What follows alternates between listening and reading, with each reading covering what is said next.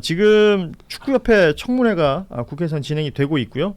또 그 외에 어제부터 해서 조정식 의장이 얘기했던 이 개헌 관련된 발언 때문에 이어지고 있는 뉴스들 쭉 한번 짚어보도록 하겠습니다.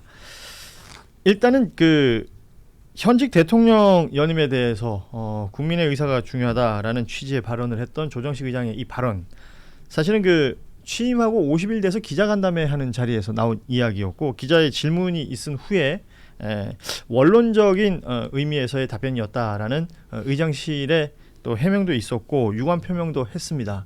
그럼에도 불구하고 국민의힘 중심으로는 계속해서 문제 제기를 하고 있고, 요 얘기 좀 해볼 텐데, 일단은 그 발언이 딱 나왔다는 사실을 알았을 때 뉴스를 받고 뭘 받고 봤을 거 아니에요. 첫 평가는 뭐였어요? 굳이? 굳이? 대형 사고? JYP는요? 알만한 분이 왜 그랬을까? 의도적이었을까? 저는 그런 생각까지 해봤습니다. 그러니까 뭔가 염두에 두고 했던 발언일까 이런 생각도 드셨나 봐요. 네. 개헌 이슈가 나오면은 쟁점 중에 하나로 저게 가장 윗순위에 늘 올라가 있는 거예요. 그래서 누구나 저게 휘발성이 있다는 걸 알거든. 예. 근데 왜 이야기하셨을까? 그래서 처음에 저는 노이즈 마케팅인가? 그런 생각도 해봤어요. 사실은 그 개헌이라는 것은 이번에 조정식 의장도 그렇고 전임이었던 이제 우원식 의장도 그렇고 늘 얘기해 왔어요. 개헌이라는 게 지금 87년 체제에서 이제 바뀔 때 됐다라는 얘기였고, 민주당 의석수가 지금 상대적으로 많고, 물론 개헌선이 되려면 이제 국민의힘 일부가 또 동의를 해야 되는 부분들이 있습니다만, 그래서 협의를 잘 해서 만들어 나가야 된다라고 얘기를 했는데, 그 판 자체가 깨진 것 아니냐라는 평가는 어떻게 보세요? 어차피 판이 안 만들어지기 때문에 이걸 조정식 의장이 말실수 한번 했다고 그분에게 다 덮어씌울 필요는 없다. 그렇게 생각하는데요. 왜냐면요, 개헌은 현직 정치인들 중에는 퇴임 직전에 있는 분들, 특히 이제 국회의장 하시는 분들은 이게 로망이에요. 그렇죠. 내 임기 때 개헌을 해서 권력 구조를 바꾸어서 새로운 공화국을 열었다라는 업적이 사이거든요. 예. 반대로 현역 국회의원들은 겉으로는 또는 대략적으로는 개헌에 찬성합니다. 그런데 현 상황이 변하는 게 귀찮고 피곤한 일이에요. 내 국회의원 자리가 어떻게 바뀔지 모르기 때문에. 예. 권력 구조가 바뀌면은 선거구제 개편은 연동되어서 늘 바뀔 가능성이 존재합니다. 그렇군요. 그래서 생각보다 달갑지 않게 생각합니다. 그러니까 어찌됐건 기성의 질서에 익숙한 사람들은 뭐가 바뀌는 게 불편할 수 있을 텐데, 그걸 이제 대놓고 얘기는 못할 거 아니에요.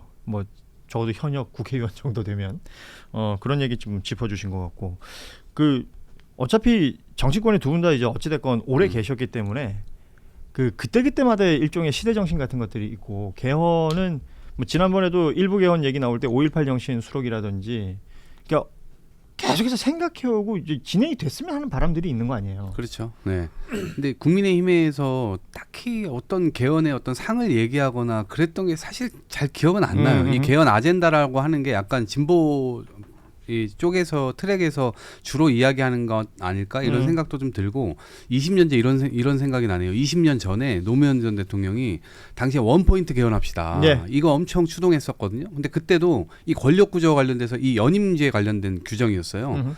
이 부분과 관련된 걸 추동하는데 그때 당시 한나라당이었죠. 한나라당은 엄청나게 반대하고 결국 공력이 그냥 혼자 휩쓸려 들어가다가 혼자 그냥 꼬꾸라졌거든요.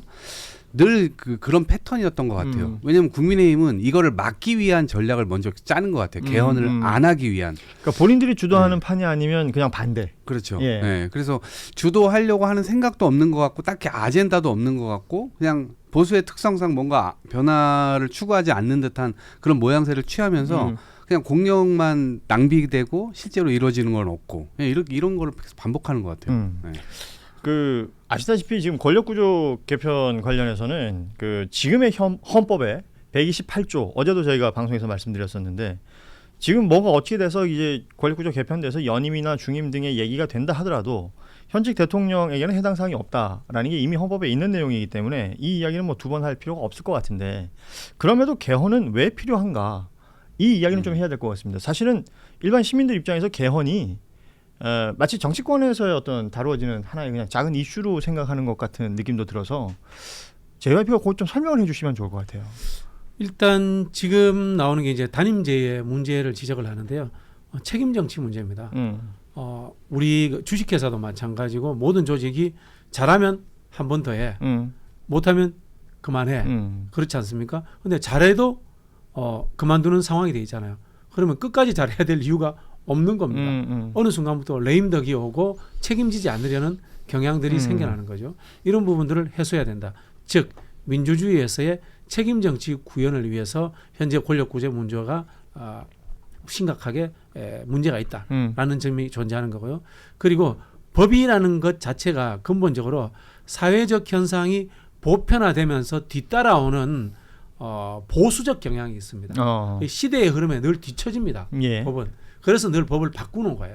즉 이 87년 체제가 벌써 40년 가까이 흘렸기 때문에 세상이 바뀌었잖아요. 그때 없던 스마트폰이 생겼고 온라인이 생겼고 그런 사회적 AI가 생겼기 때문에 그 사회적 현상들을 따라잡아야 됩니다. 예를 들자면 요즘 나오는 이제 개인 정보에 대한 권리 문제 이게 시민권에 새롭게 포함이 되거든요.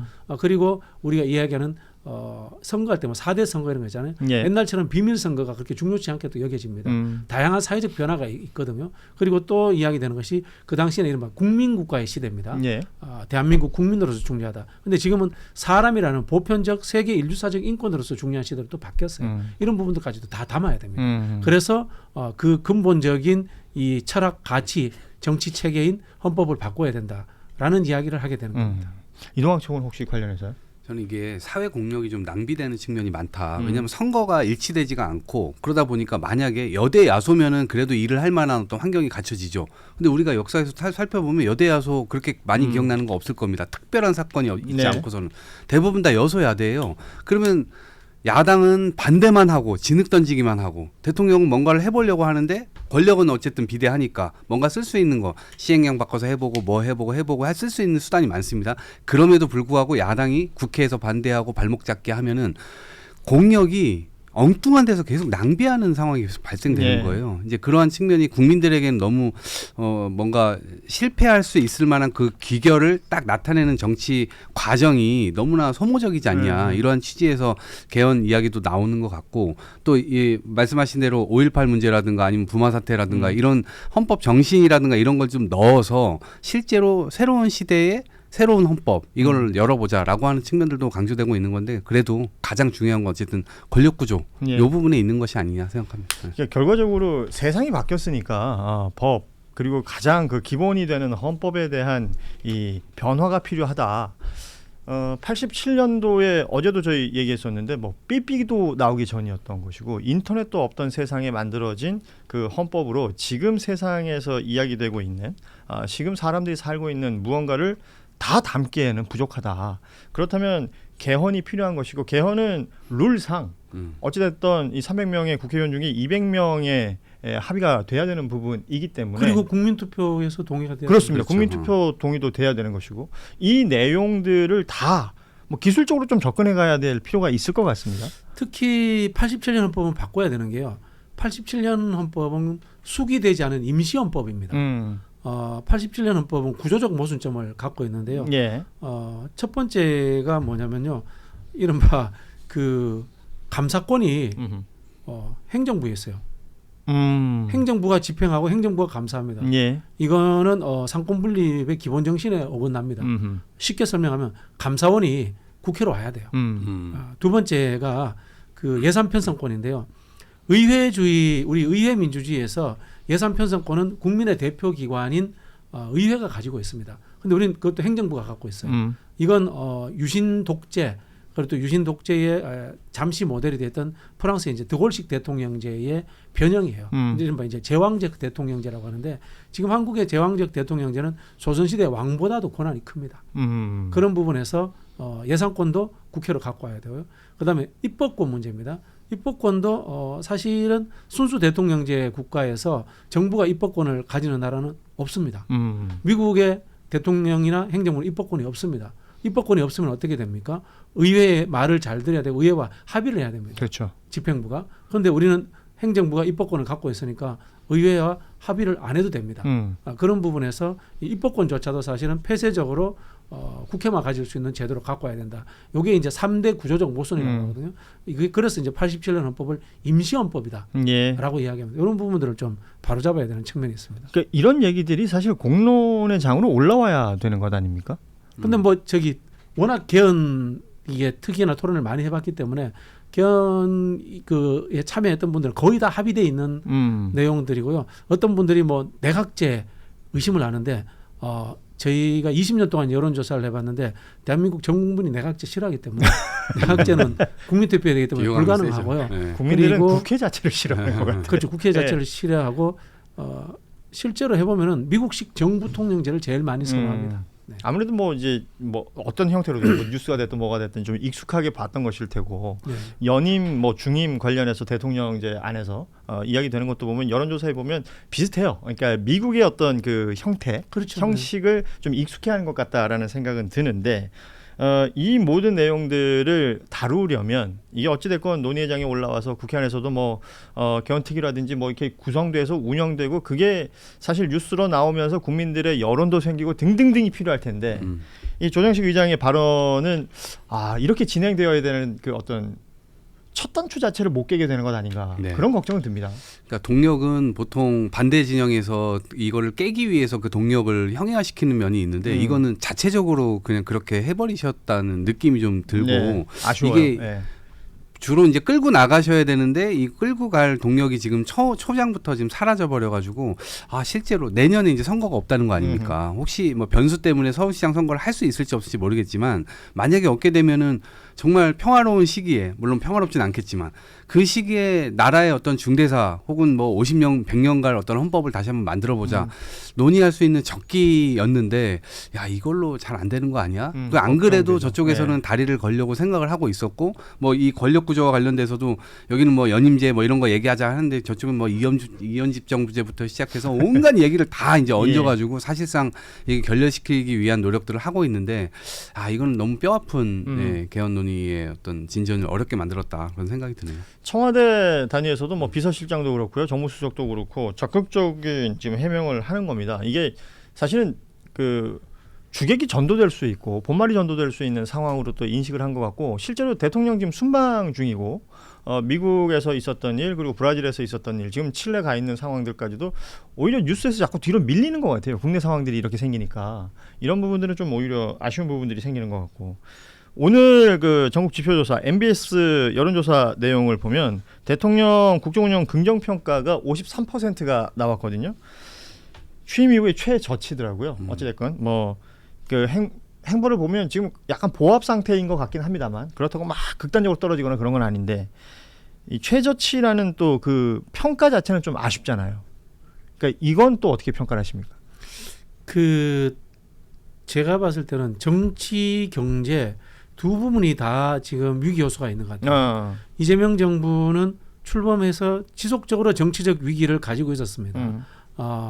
극우화된 야당 그리고 민주당 내의 갈등 이런 구조적인 부분이 있었고 그것을 대통령이 경제 민생 이슈로 돌파하면서 지지율을 최고점을 뚫었단 말이에요. 그런데 여기에 민생 경제가 주식 문제와 부동산 문제가 겹치면서 안 좋아졌어요. 그래서 이른바 쌍끌이 하락세가 만들어졌기 때문에 지금 이제 지지율이 만들어지지 않았나라는 생각이 드는데요. 결국은 저는 그렇게 생각합니다. 이 문제를 해결하려면은 이슈를 줄여야 된다. 즉 그 부동산, 주식, 그 모든 민생 경제 이슈를 한꺼번에 나열하지 말고 당장 해결하지 어려운 이슈는 참 표현이 그렇습니다만은 그림자 뒤로 넘겨놓고 해결할 수 있는 이슈부터 해결을 함으로써 국민들에게 이른바 효능감, 능률의 문제를 보여줌으로써 국민들의 감성적 지지를 다시금 불러일으킬 필요가 있지 않나 그런 말씀 드리고 싶어요. 다르게 말하면 이제 급한 것부터 해결해야 된다. 프라이얼리티, PRI, ORI, TI. 예. 발음이 굉장히 좋네요. 이거는 정치 전략의 첫 번째 단어입니다. 프라이얼리티, 무엇을 먼저 할 것인가. 네. 좋습니다. 그 국민의힘 장동혁 대표는 그러니까 이재명 대통령이 직접 나 연임 안 한다. 이 얘기를 하면 해결될 것이다라는 얘기를 했는데 하지 않았나요? 2차례나 했고요. 아마 이거 한다고 해도 해결 안 할 겁니다. 너는 계속해서 거짓말 해오지 않았냐? 못 믿어 이럴 거예요. 예. 시켜서 하면은 음흠. 계속 이게 어쨌든 이 발목 잡기 위한 수사라고 이제 얘기되는 측면들도 있기 예. 때문에 예, 이거를 근데 이제 저는 그래도 뭐 이제 청와대에서 나와서도 얘기를 했고 뭐 얘기를 했습니다만 어쨌든 국민적 상황에서 명분이라도 정확하게 만들려면 이건 어차피 가능하지도 않고 시도한다 해도 민주당 내부에서부터 반대가 나올 거기 때문에 예. 어쨌든 못 하는 거잖아요. 할 수도 없고 그렇기 때문에 저는 대통령이 명시적으로 종지부를 찍는 이 말씀을 한번 해주실 필요가 있다. 그래야 이제 국민적으로 저희들이 명분 있게 이런 부분들에 대해서 부당한 공격이다. 다시 얘기할 수 있으니까요. 그러니까 통상 보면 이재명 대통령이 이제 순방 갔다 오면 일종의 보고하는 자리를 갖잖아요. 국민들에게 보고하는 자리. 그 순방 결과 뭐 기자회견 뭐 이름하여 그런 게 만들어졌을 때 기자들이 이거 안 물을 리가 없지 않습니까? 뭐 그러면 자연스럽게 자리가 만들어질 것 같기도 하고요. 예. 네.